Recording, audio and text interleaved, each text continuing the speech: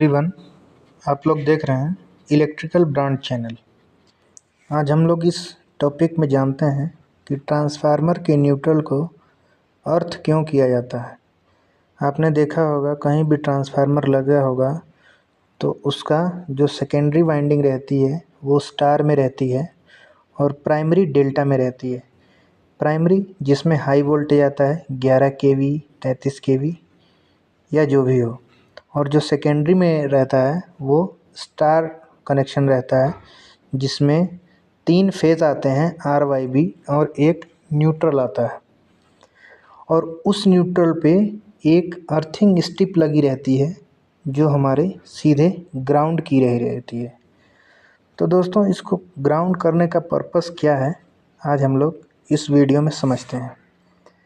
अब हम लोग आ जाते हैं सबसे पहले पॉइंट पे।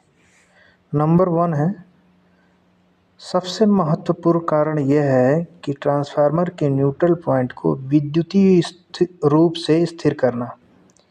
इसका अर्थ यह है कि न्यूट्रल पॉइंट पर कोई वोल्टेज न आने देना, अर्थात इसका वोल्टेज शून्य कर देना।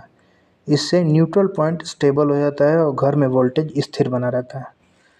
दोस्तों, जो हमारा ट्रांसफार्मर लगा रहता है, आप या तो इंडस्ट्री में समझ लीजिए या फिर कमर्शियल समझ लीजिए, यानी जो घरों में बिजली आती है उसमें सपोज़ करिए कि एक ट्रांसफार्मर लगा है 3 फेज़ का और आपके यहाँ जो जितने भी घर हैं तो उन तीनों फेज़ों को, क्योंकि घरों में सिंगल फेज़ सप्लाई जाती है तो हर एक घरों में एक फेज़ और एक न्यूट्रल जाता है।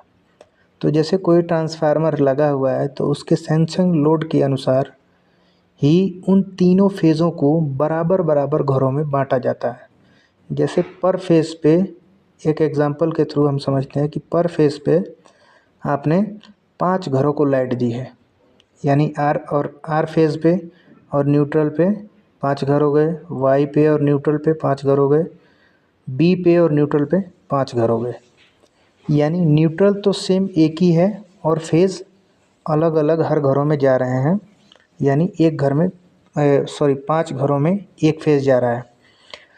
तो क्या होता है, ये हम लोग 5-5 घरों का इसलिए करते हैं एग्जांपल के थ्रू, क्योंकि ये हमारा जो तीनों फेस है इन पे लोड इक्वल रहे, बराबर रहे।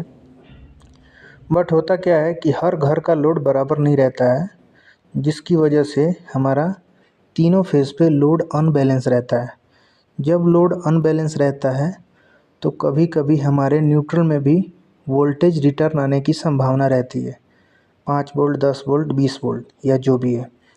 तो वो वोल्टेज जो रिटर्न न्यूट्रल के थ्रू आता है और जब हम लोग न्यूट्रल को ग्राउंड कर देते हैं तो वो ग्राउंड में चला जाता है जो भी वोल्टेज रहता है, और हमारे न्यूट्रल में ज़ीरो पोटेंशियल रहता है, यानी प्योर न्यूट्रल बना रहता है।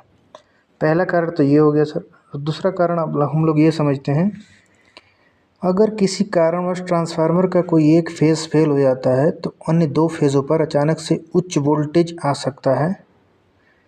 अगर ट्रांसफार्मर का न्यूट्रल अर्थ है तो इस बात की संभावना नहीं रहती है। दोस्तों, दूसरा पॉइंट ये बोल रहा है कि किसी कारणवश अगर एक फेज़ फेल हो जाता है तो हमारा, देखिए, जो न्यूट्रल बनता है वो हमेशा 3 फेज़ से बनता है।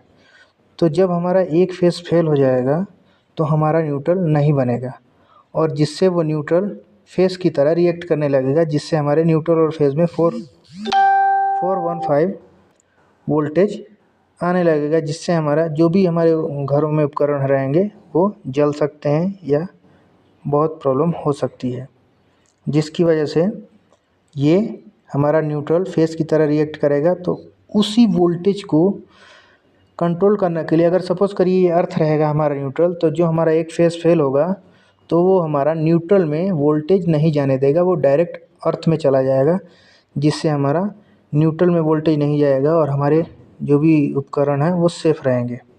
दूसरा कारण ये रहता है कि कभी कभी जो हमारी बिजली गिरती है, किसी एक फेज़ पे गिरती है तो भी एक फेज़ फेल हो सकता है, जिसकी वजह से ये प्रॉब्लम आ सकती है। तो दोस्तों, दूसरा सेफ ये हो गया।